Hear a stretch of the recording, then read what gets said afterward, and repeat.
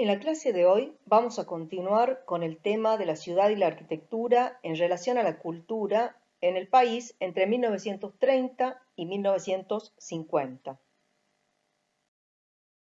La década se inicia con el primer golpe militar de 1930, en un momento en que el país tenía una situación muy crítica por consecuencia de la crisis internacional que ya vimos en la clase anterior, y con un gobierno de Irigoyen anciano, debilitado, lo cual va a generar circunstancias como para que se produzca este golpe militar y dé inicio a lo que se conoce como la década infame, una serie de presidencias de facto, Uriburu, Justo, Ortiz y Castillo, caracterizadas por el estado de sitio, el fraude electoral, la suspensión de las garantías constitucionales, censura a la prensa, intervencionismo, proteccionismo, entre otras. Decimos que se ha producido el fin del sistema liberal, ya lo vimos con la caída de la Bolsa de Nueva York, que implicó abandonar los preceptos del liberalismo y un avance del Estado intervencionista a nivel mundial.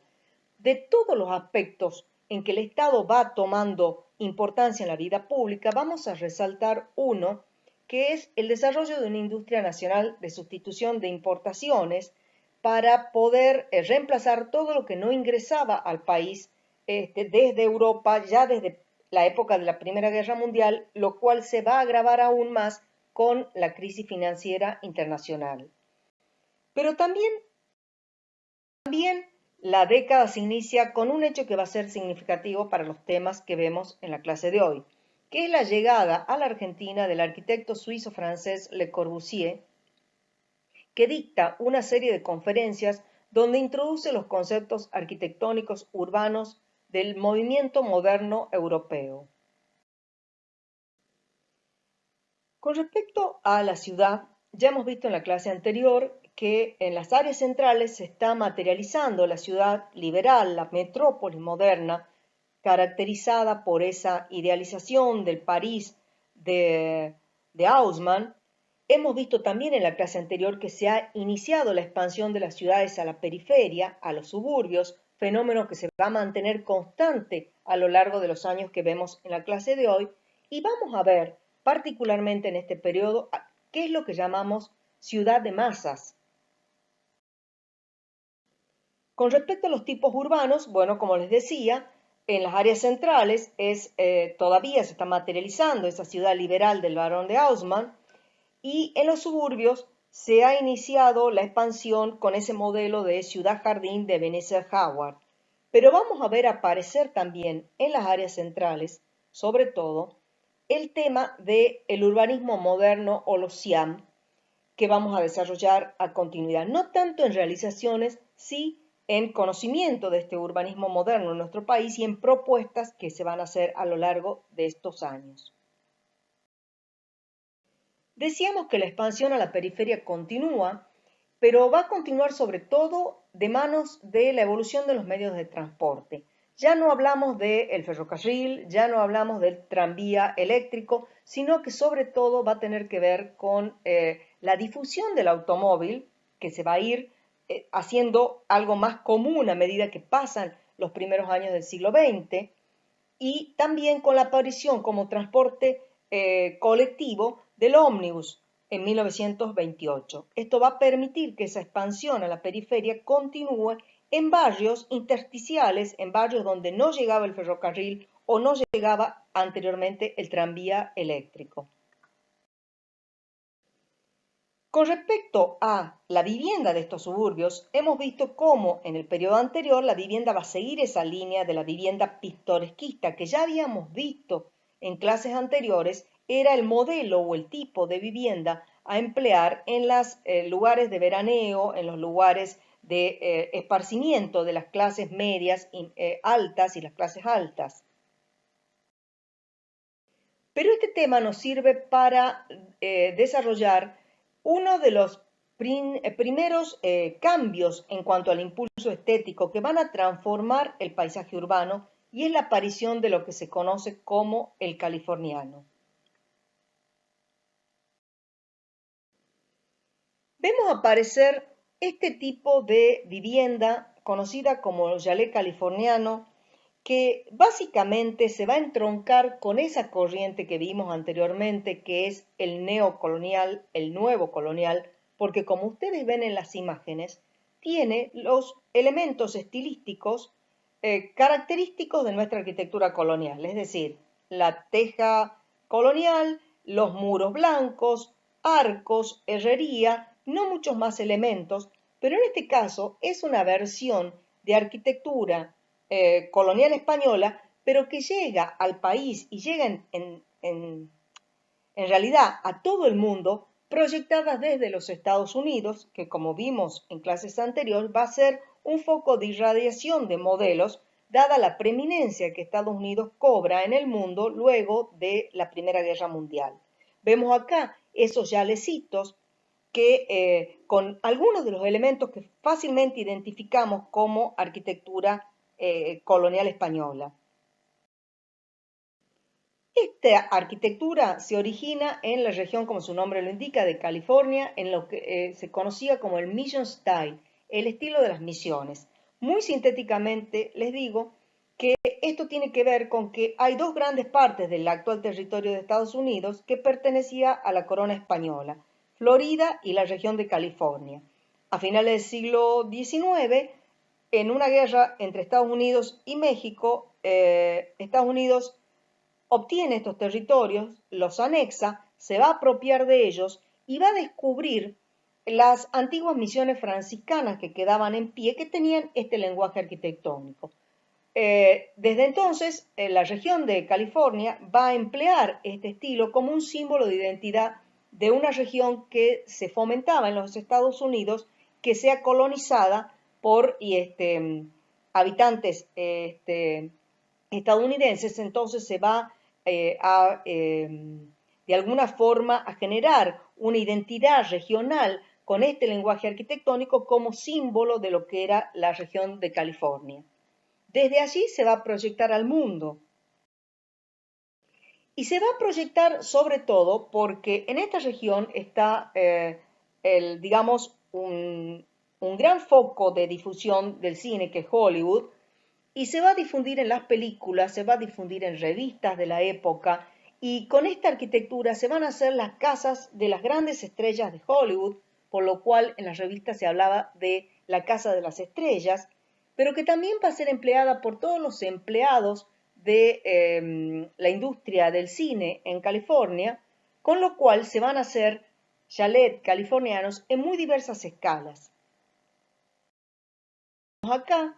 calles del barrio de Beverly Hills en California, en Los Ángeles, donde se ve este chalecito en pequeño chalet californiano, es decir, como les digo, el chalet californiano se va a aplicar desde grandes chalets de las estrellas más importantes de Hollywood hasta pequeños chalets de los técnicos que trabajan en la industria, y desde allí se va a difundir al mundo. En nuestro país va a ser de rápida adopción, sobre todo, como les decía, para las viviendas de los suburbios. No obstante, se va a hacer californiano también en otros programas arquitectónicos dentro de las áreas centrales. Acá vemos, por ejemplo, la aplicación del chalet californiano en Tucumán, en lo que fue el primer suburbio de Tucumán, que como les conté en clases anteriores, es la avenida Mate de Luna. Tenemos otros chalets de la avenida Mateluna, acá una publicidad de donde se obsequiaba un hermoso chalet californiano, tal como era conocido, como les digo, en todo el mundo. Pero también tenemos que hablar en los años 30 de un fenómeno muy particular que va a significar un crecimiento poblacional importante en las principales ciudades, que son las migraciones internas, fenómeno que se inicia en la década infame y se va a mantener en la década siguiente.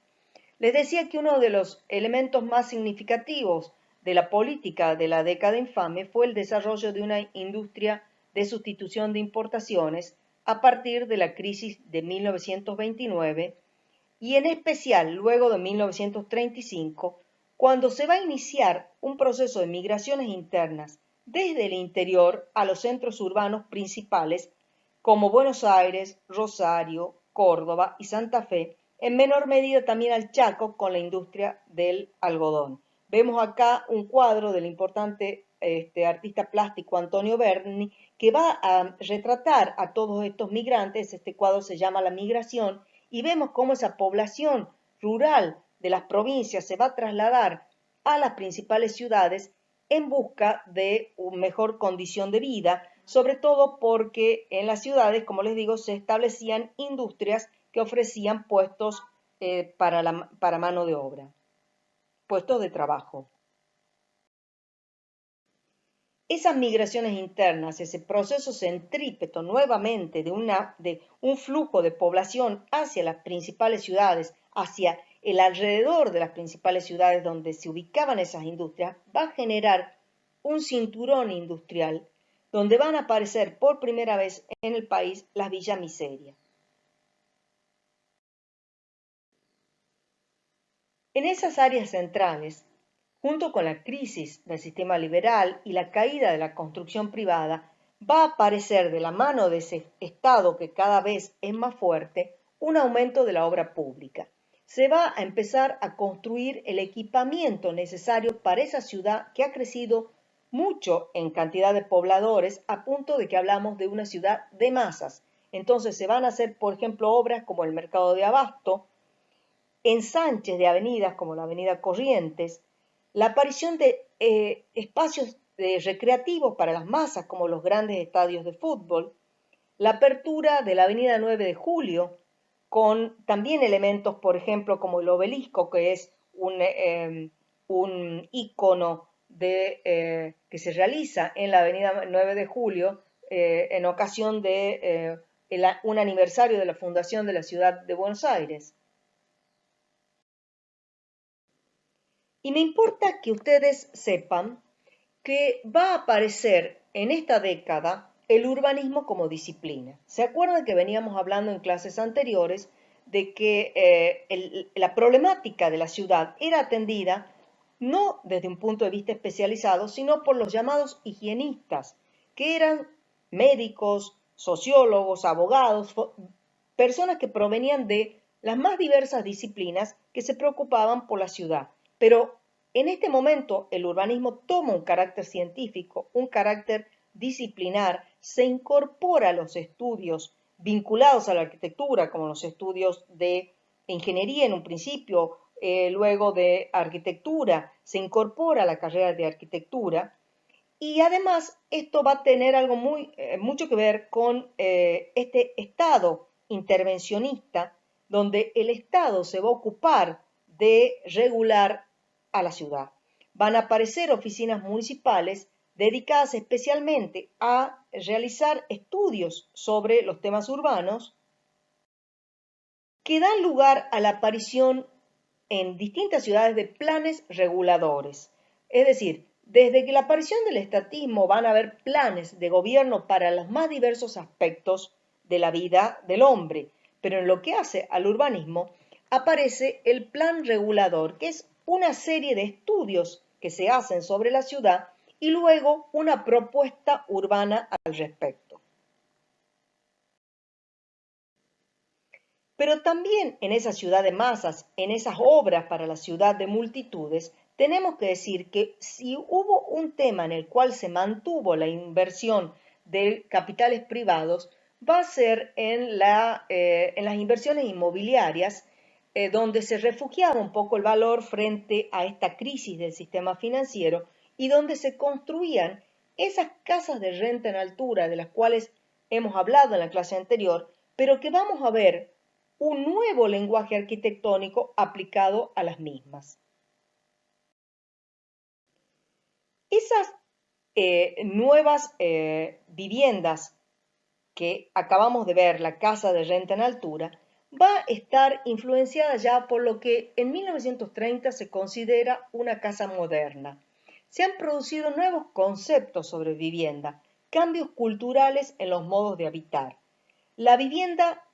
privada, la vida privada, es el centro de la vivienda, no ya la vida en sociedad como lo era en el siglo XIX, porque los usos sociales se trasladan a otros ámbitos. Por un lado, los clubes sociales que vimos que surgieron en el periodo anterior, pero también a los clubes deportivos que van a aparecer en el siglo XX, de la mano de algunos avances en descubrir los beneficios de la vida al aire libre y la práctica de deportes, la aparición del weekend, que es algo novedoso del siglo XX, y la aparición del automóvil, que va a facilitar a las familias el traslado hacia estos nuevos ámbitos, va a significar que la vida en sociedad se va a desplazar hacia otros espacios y no se va a desarrollar dentro de la vivienda. Esto significa que las áreas sociales reducen sus superficies y en muchos casos se integran. La vida cotidiana es sencilla, se resuelve con menos personal, desaparecen en general los sectores de servicio, por lo menos se reducen a su máxima expresión. Dentro de esos nuevos conceptos sobre vivienda, obviamente impactan los cambios en la organización familiar. A principios del siglo XX vamos a hablar de la familia nuclear, padre, madre, hijos, y también de otro tipo de usuarios solos, es decir, al no existir ya las familias extensas, las familias donde había distintos miembros generacionales dentro de una misma vivienda, va a surgir como demanda de vivienda la vivienda para usuarios solos. Y otro elemento clave para entender lo que era una casa moderna en 1930 es la incorporación de tecnificación en el hogar.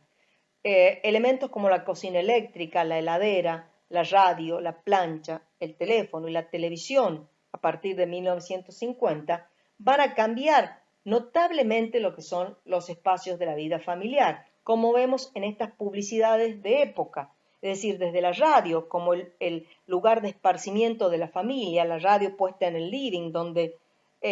la familia se congregaba para tener un entretenimiento, a la aparición de los electrodomésticos como la heladera o la cocina, que vemos en la foto de abajo, que va a permitir a la familia estar en un mismo ambiente donde se cocina y se come a la vez. Y además vestidos como de fiesta y además sin personal de servicio que los atienda.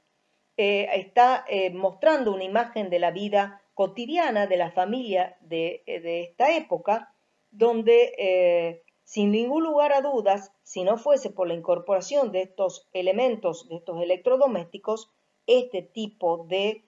reunión no se podría hacer. Todos estos elementos van a converger en lo que se llama la contracción de la planta. Se reducen ambientes, se reducen superficies, los dormitorios son espacios solamente para dormir. Piensen ustedes lo que era la secuencia de espacios que integraban los dormitorios, por ejemplo, de un gran hotel. La cocina va a ser la cocina laboratorio, es decir, la mesada, lo necesario para las actividades que así se realizan y un sector de paso, lo mismo el baño.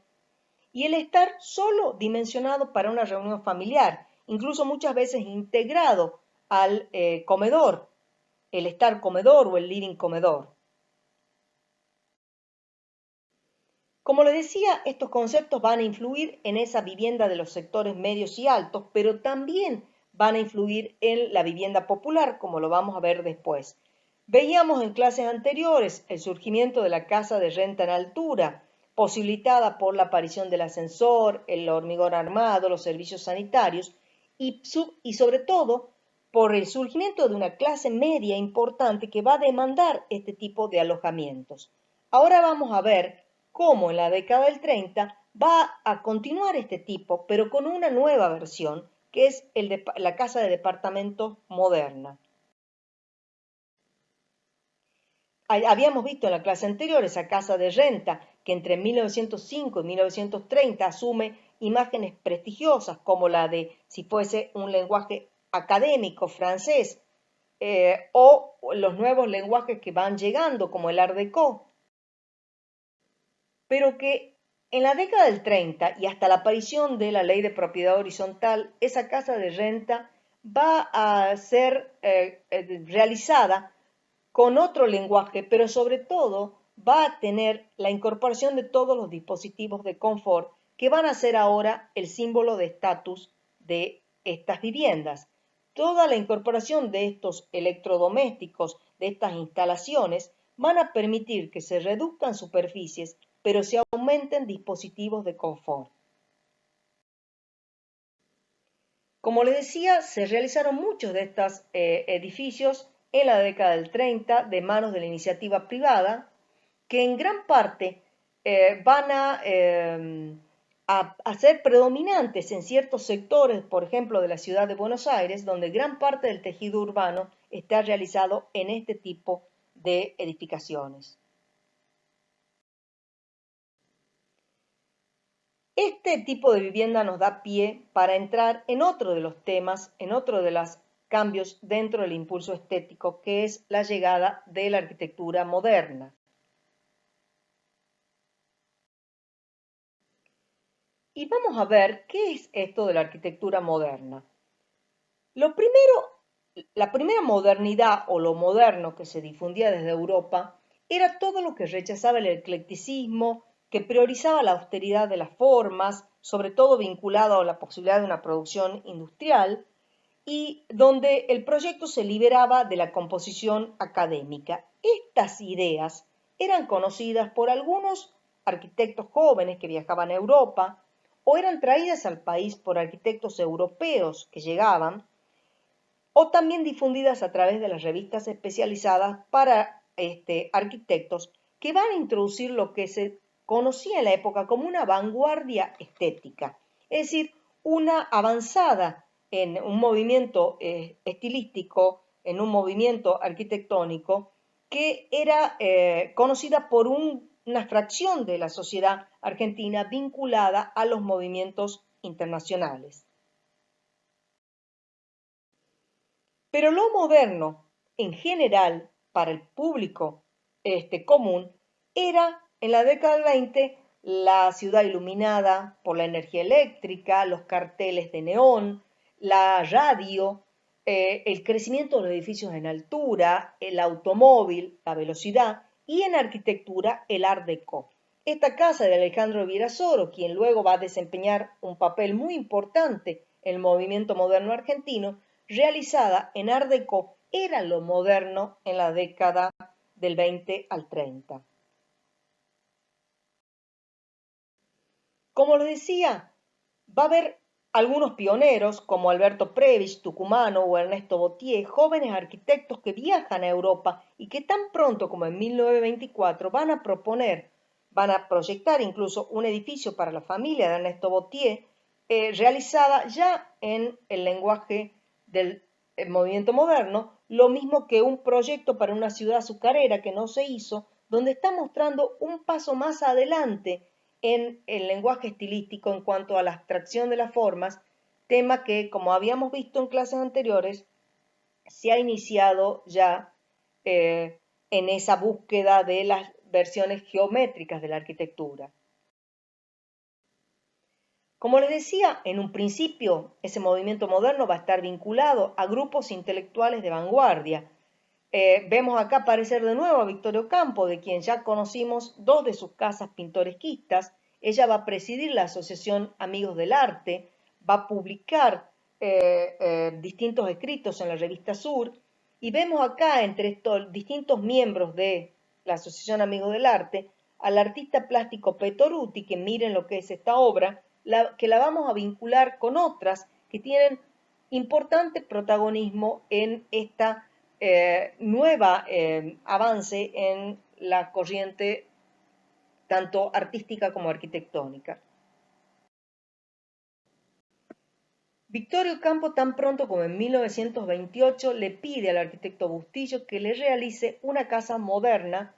que es su casa de Barrio Parque en Buenos Aires, actual sede del Fondo Nacional de las Artes, donde va a realizar la estética, una estética que para el usuario común era muy rechazada todavía en esta década y que hoy en día es uno de los mejores ejemplos de arquitectura moderna en el país. También Victorio Ocampo y la Asociación Amigos del Arte van a invitar a Le Corbusier a realizar sus conferencias en la Argentina. Como ya saben ustedes, Le Corbusier, que es su apodo, es el arquitecto llamado Charles-Édouard Jeanneret, que va a ser, como dice acá esta publicación, el mensajero del movimiento moderno, va a ser quien sienta gran parte de las bases de ese movimiento moderno, y tan pronto como en 1925, en la exposición en París, él va a presentar este pabellón que vemos en la imagen de la derecha abajo, el pabellón del Esprit Nouveau, donde está mostrando que su búsqueda ya está más adelante de lo que era la propuesta, que en general, las propuestas que en general llegaban a la exposición de París 1925, que eran todas en torno, giraban al Art Déco. Los protagonistas, solo por nombrarles a los más reconocidos, junto a Le Corbusier, los alemanes Walter Gropius o Mies van der Rohe, y el grupo denominado los CIAM por los congresos que realizaban, los congresos internacionales de arquitectura moderna, que a lo largo de todos estos años se van a proponer renovar la arquitectura y el urbanismo. Vamos a decir en forma muy sintética qué características tiene este grupo del movimiento moderno. Por un lado, se sentían que constituían una vanguardia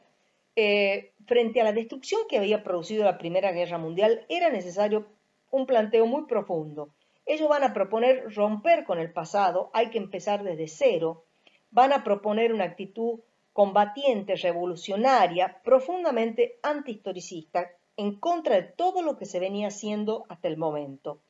Van a tener una idea del diseño total, todo debe ser rediseñado y para dar respuesta a las nuevas necesidades sociales. Y esto tiene mucho que ver con la escuela de diseño presidida por Walter Gropius y Mies van der Rohe, entre otros, la Bauhaus en Alemania. Hay que proyectar todo nuevamente, desde la ciudad hasta la cucharita.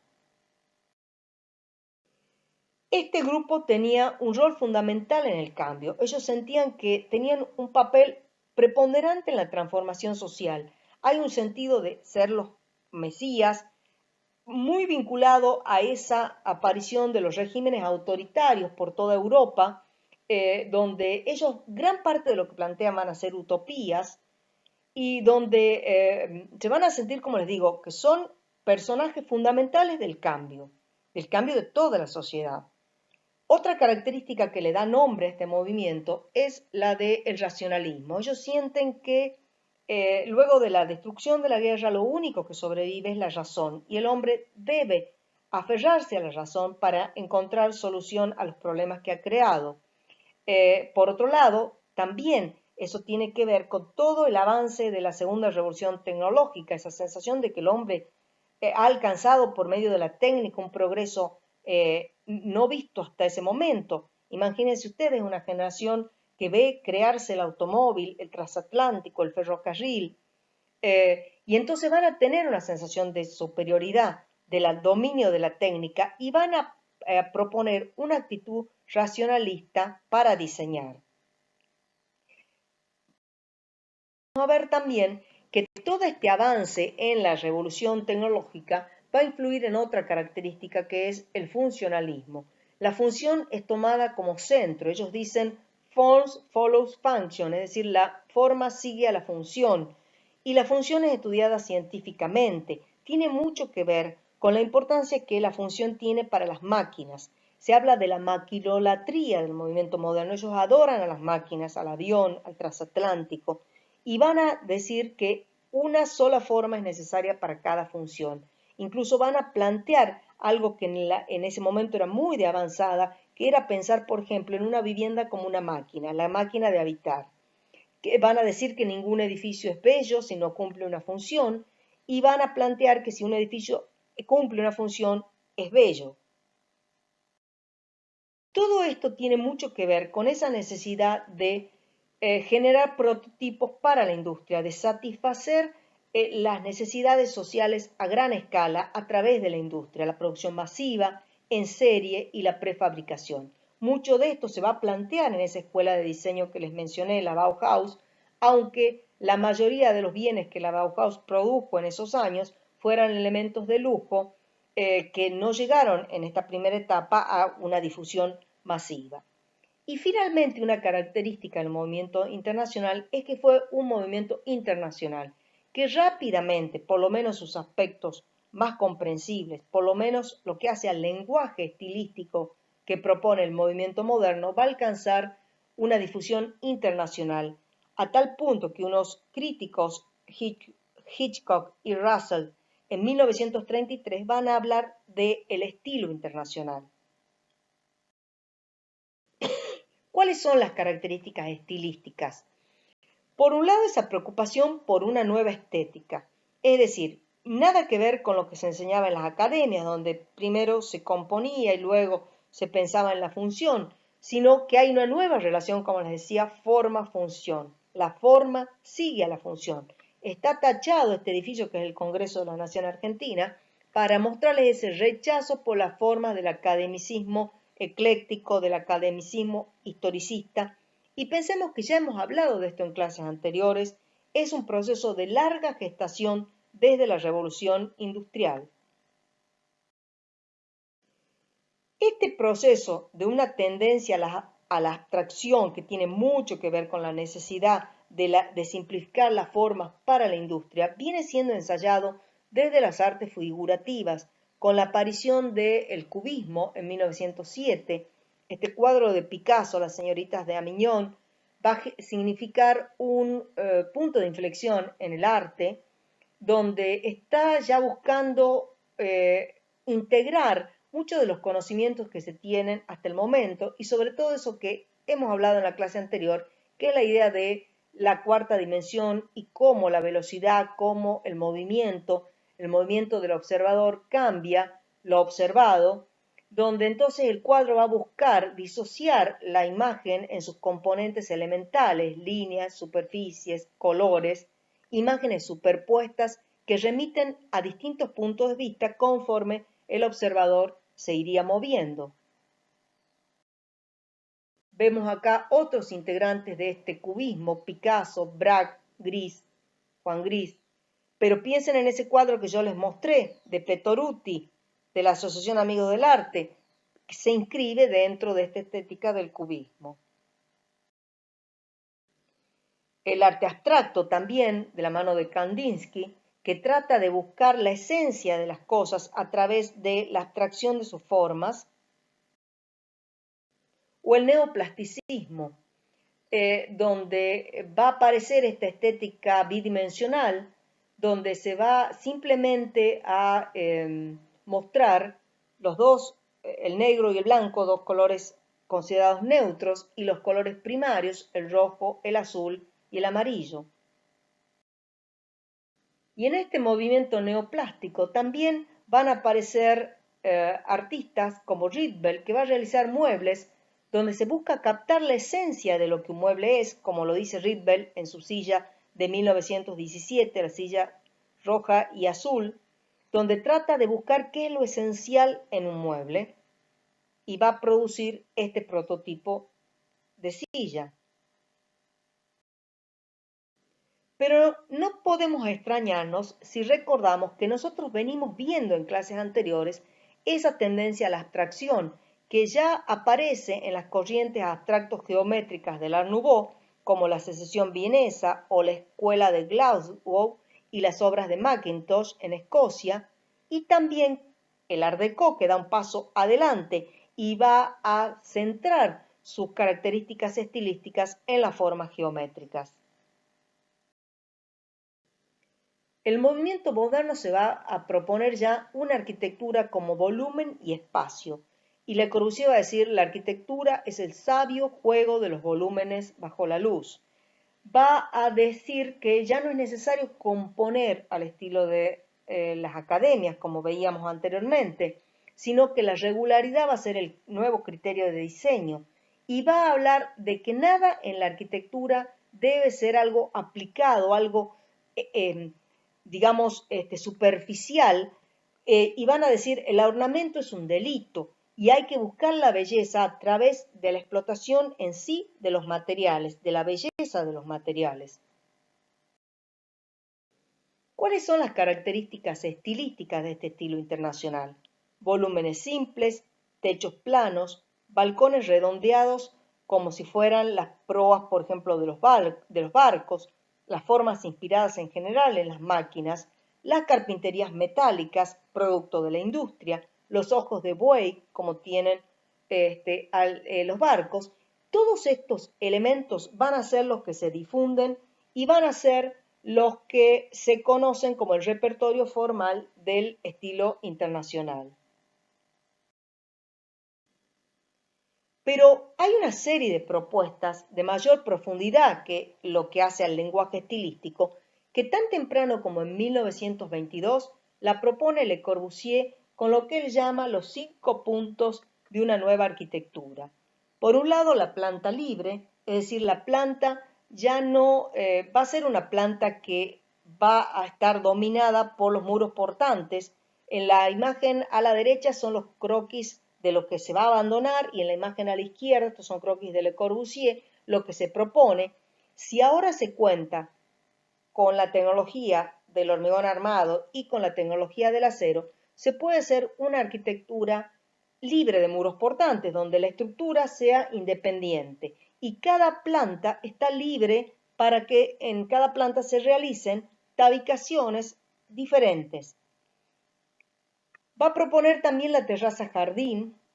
Él va a decir, antes eran necesarios techos de madera y pizarra, ahora el hormigón armado permite hacer techos planos, donde además se puede sembrar especies vegetales por medio de un sistema digamos, de un relleno de tierra, un dren, donde se siembra especies vegetales que van a permitir tener en un espacio verde tan necesario para la vida del hombre dentro de la vivienda misma. Va a plantear también la planta sobre pilotí, que se ve también en la imagen B. Él decía antes, las casas necesitaban un subsuelo, un sótano, que eran los lugares frescos, oscuros, por ejemplo, para guardar los alimentos. Ahora no es necesario contar con estos locales y, al contrario, se puede elevar con estructura de hormigón armado o con el acero, elevar las construcciones y dejar que el aire fluya debajo de la vivienda. Va a proponer también la fachada libre, al no contar ya la fachada como un muro portante, sino que la fachada puede ser una simple membrana. Va a proponer que la fachada sea lo que se llama el muro cortina, es decir, simplemente un cerramiento por delante de la estructura que puede tener una expresión mucho más libre que la que tenía antes, donde en la misma plano de fachada estaba el muro portante. Eso va a dar lugar también a la ventana horizontal corrida, donde ya no es necesario ventanas angostitas que permiten, digamos que no ponen en riesgo al muro portante, sino que al no ser portante ese muro, la ventana puede correr a lo largo de toda la superficie del muro. Acá les muestro un par de obras emblemáticas de Le Corbusier, la Ville Savoie, cercana a París, donde se ve claramente la aplicación de estos 5 puntos y el lenguaje del estilo internacional, y su prototipo de vivienda colectiva. Esta se realiza en 1951 en Marsella, en Francia, pero que está en las ideas de Le Corbusier desde mucho tiempo antes y la vamos a ver cuando veamos algunas de sus propuestas urbanas. Le Corbusier también proyecta en realidad una casa en la Argentina, la Casa Curuchet en La Plata, en 1951. Él la proyecta, pero la construye el arquitecto Amancio Williams. Y algunas obras emblemáticas, por ejemplo, de Mies van der Rohe. Mies van der Rohe huye de Alemania con el nazismo y se traslada a Estados Unidos, donde va a desarrollar sobre todo el tipo edificio en altura, rascacielos, vinculado a la aplicación de la planta libre, la estructura independiente, obviamente, la fachada libre, y, por ejemplo, realiza lo que es la Torre Seagram en Nueva York, o viviendas como la Casa Farnsworth, o el Pabellón de Barcelona, que lo realiza con motivo de una exposición internacional donde está buscando mostrar en esta arquitectura la aplicación de estos nuevos postulados de la arquitectura moderna. En la Argentina Va a haber una serie de protagonistas, los más conocidos son Vladimiro Acosta, Jorge Calnay, Alberto Prebisch, de quien ya hablamos, o el arquitecto Amancio Williams. Y la primera aparición del estilo internacional va a aparecer de la mano de esa inversión privada que se hace en casa de renta en alturas y de los primeros rascacielos, donde vamos a ver el repertorio estilístico del estilo internacional aplicado. Volumetría simple y blanca, carpintería metálica horizontal, probablemente el primer elemento producido en la industria y en serie, la ventana horizontal corrida de Le Corbusier, cerramientos con cortinas de enrollar, también provistos por la industria, balcones redondeados como proas de barco, y las esquinas, en lugar de la ochava, redondeadas. Particularmente estos edificios van a tener un resabio de la arquitectura clásica, que es hacer una planta baja con una imagen más sólida, por lo cual las van a revestir de mármol. El uso del tubo de acero cromado que vimos aparecer ya con el Art Deco, ese elemento de la primera posguerra, empleado en barandas, y los ojos de buey, propios de lo que sería un barco, aplicados a la arquitectura como ventanas. Y acá otra imagen de todos los edificios que se hicieron, sobre todo en Buenos Aires y en otras ciudades también del interior del país, en este nuevo lenguaje del estilo internacional. Recordemos que hasta el momento estos edificios son casas de renta, es decir, de alquiler, realizadas en altura. Pero también en la década se hicieron obras importantes que dan un paso más avanzado, comprometidas con las transformaciones más importantes del movimiento moderno, entre ellas probablemente la obra cumbre del movimiento moderno en la Argentina, que es el Cine Gran Rex, realizado por el arquitecto Prebisch en Buenos Aires en 1937. Prebisch es también el arquitecto que hace el Cine Plaza en Tucumán. Cuando ustedes analicen el Cine Gran Rex, van a ver que va a cumplir con varios de los postulados de la arquitectura moderna y va a ser un cine con un enorme estudio de la función y con un desarrollo tecnológico muy avanzado para su época. O, por ejemplo, el edificio Uruguay, otro de los ejemplos paradigmáticos, realizado por un estudio ecléctico, Virabén y la calle Alonso en 1936, para un programa que fue predominante en la década del 30, que es el tema de las oficinas. Este edificio que desde ya lo van a estudiar cuando estudien el caso, pero que básicamente nos damos cuenta que va a usar muchos de los rasgos del estilo internacional, pero además es un edificio que cumple con la ventana horizontal corrida, como están viendo, o es un edificio de planta libre y es un edificio donde se van a aplicar varios de los postulados del movimiento moderno. O el edificio Cábana, que por su silueta lo hemos visto como ejemplo de Art Deco, pero que va a tener en su estudio, realizado por Sánchez Lagos y de la Torre en 1934, una serie de postulados del movimiento moderno. Como llegan a ver en los escalonamientos, hay una serie de terrazas, que son terrazas jardín. En la foto de la derecha se llegan a advertir las especies vegetales que se pueden dar en el edificio. Es importante decir que este edificio, de todos modos, tiene una serie de elementos que lo convierten en un edificio ecléctico. Cerramos con este cuadro de síntesis donde vamos a entender que se va a difundir en el país la arquitectura moderna basado en esa cosmovisión universalista y en nueva fe en la ciencia y en la técnica. La idea de que esto representaba lo moderno, la idea sobre todo también de que va a ser asumida la arquitectura moderna dentro del proyecto de obras que hace el Estado, y también de la mano de los grupos de vanguardia que van a proponer distintos edificios realizados en esta nueva estética. También tiene mucho que ver la influencia de ese desplazamiento desde, como centro de difusión de ideas desde Francia, lo habíamos visto en el periodo anterior, hacia Alemania y Estados Unidos luego de la primera posguerra.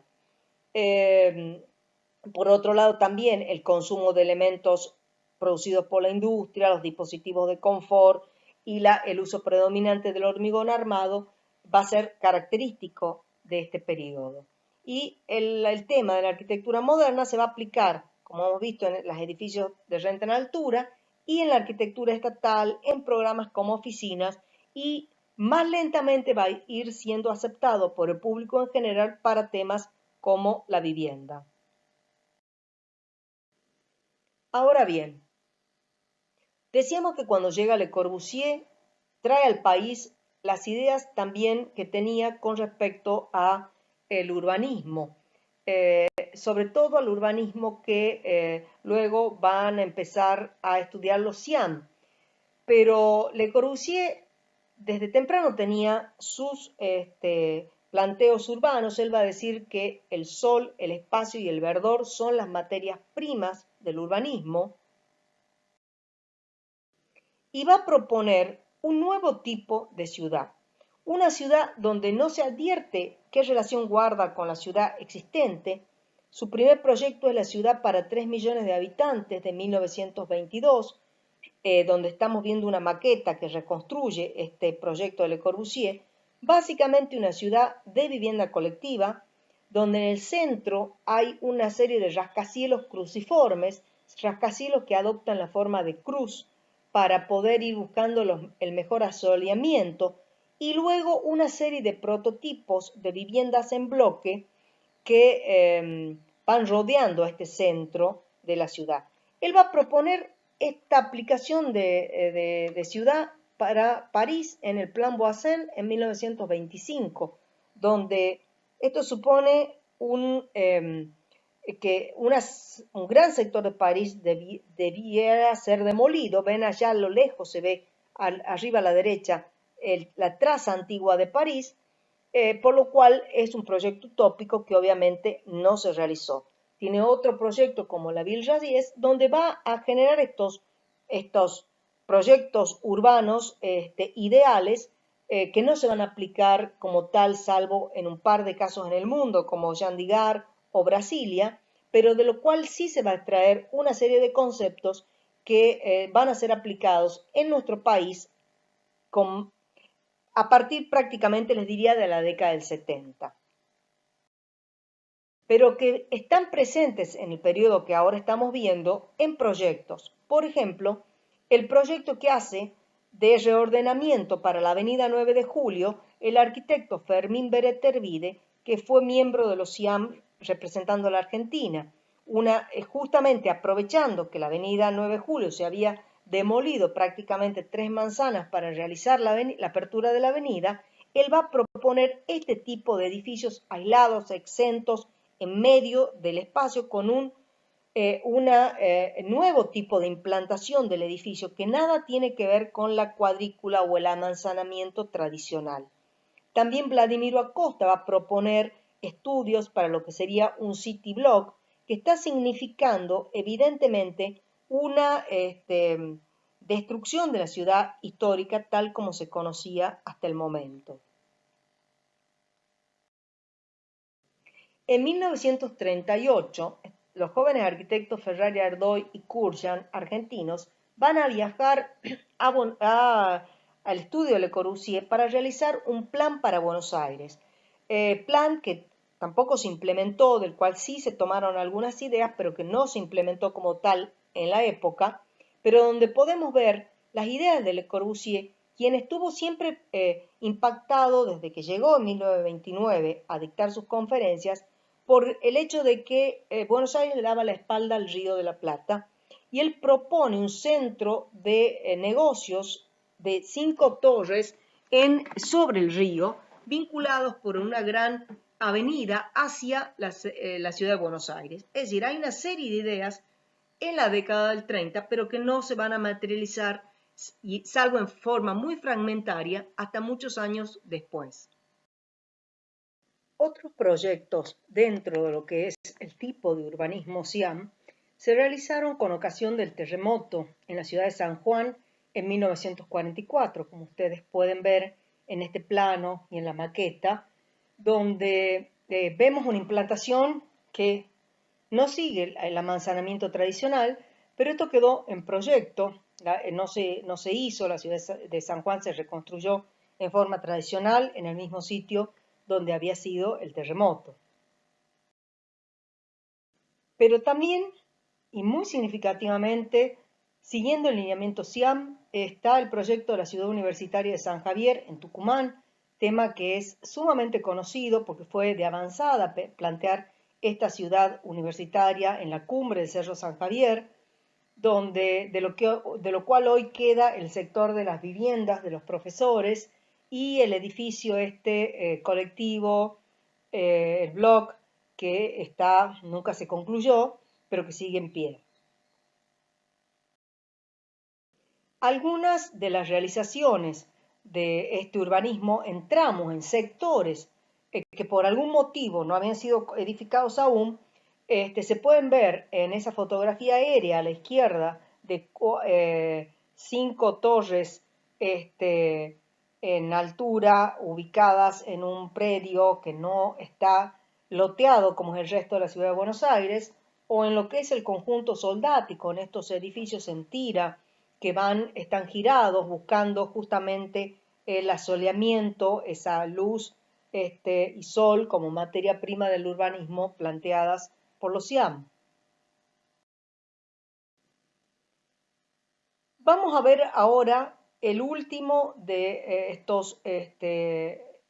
cambios en el impulso estético, lo que se conoce como la arquitectura imperial, que va a transformar el paisaje urbano. Cuando el Estado interviene y hace obra pública para esa ciudad de multitudes, va a realizar una serie de edificios de equipamiento para los ministerios, para las nuevas dependencias y oficinas del Estado, edificios recreativos, y va a construir con esto lo que se conoce como la arquitectura imperial, nombre que le da el arquitecto Ramón Gutiérrez, pero que también podemos definir como la arquitectura monumental del Estado. Las condiciones que van a dar lugar a este tipo de arquitectura es el surgimiento de ese fuerte estatismo durante la década infame y durante el gobierno peronista, esa economía de lo que se llama el Estado keynesiano, es decir, el Estado interviniendo con obra como un mecanismo compensador de la economía, pero de un Estado que va a querer simbolizar desde una cosmovisión de el Estado como un Estado fuerte, solemne, frío, sobrio, sólido, que mucho tiene que ver con la influencia desde la época de la década infame de los gobiernos totalitarios europeos, Mussolini, Hitler, Franco, y la arquitectura que estos gobiernos realizan. En la clase siguiente van a ver más desarrollado el tema con el caso del Banco de la Nación en la Argentina, la arquitectura que estos arquitectos van a hacer, que estos movimientos van a hacer. Y lo que importa entender es que es una arquitectura cuya característica común es la monumentalidad, es mostrar ese enorme poder que tiene el Estado, pero que no se va a cerrar a un solo lenguaje estilístico, sino a todo aquel que le permita mostrar estas características de un Estado fuerte, solemne, frío, seguro. Y en ese sentido, por ejemplo, van a emplear al neoacademicismo, lo van a ver en la clase que viene, este es el caso del Banco de la Nación, realizado por Alejandro Bustillo en la Plaza de Mayo, o obras neoclásicas como la Facultad de Derecho y la Facultad de Ingeniería, ambas en Buenos Aires, o los tribunales de Tucumán.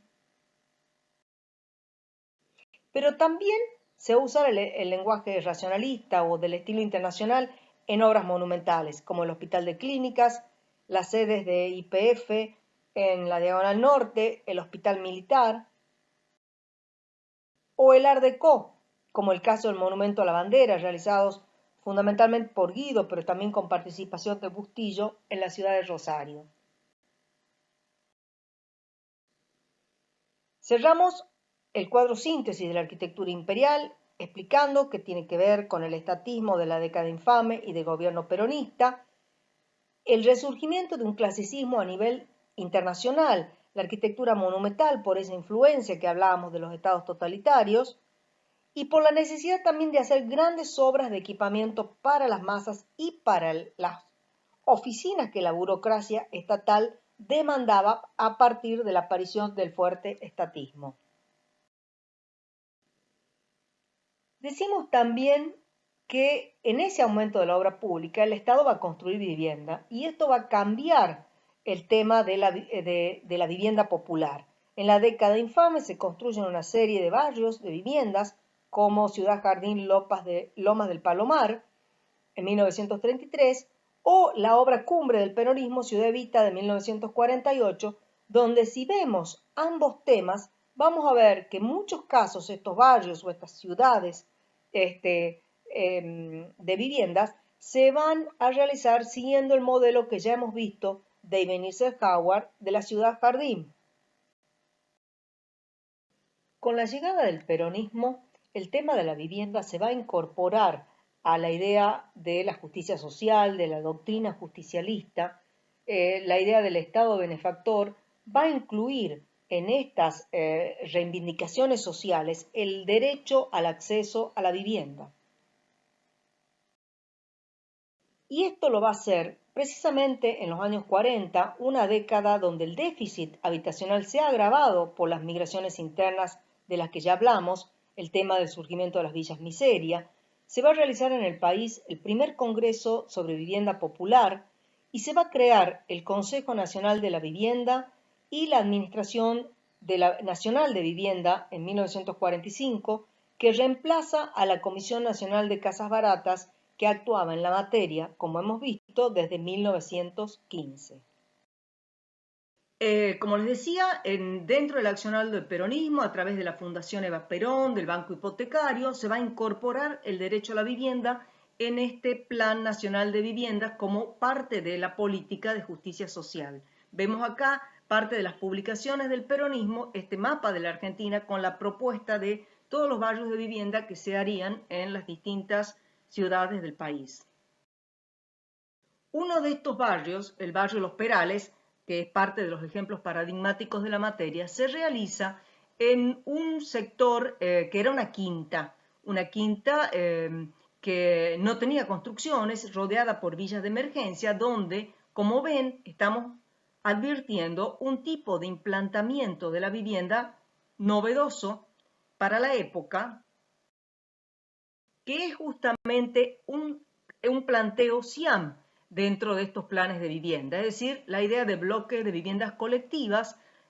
donde a las viviendas se suman todos los servicios comunitarios que desde ese urbanismo SIAM se considera que tienen que estar cercanos a la vivienda.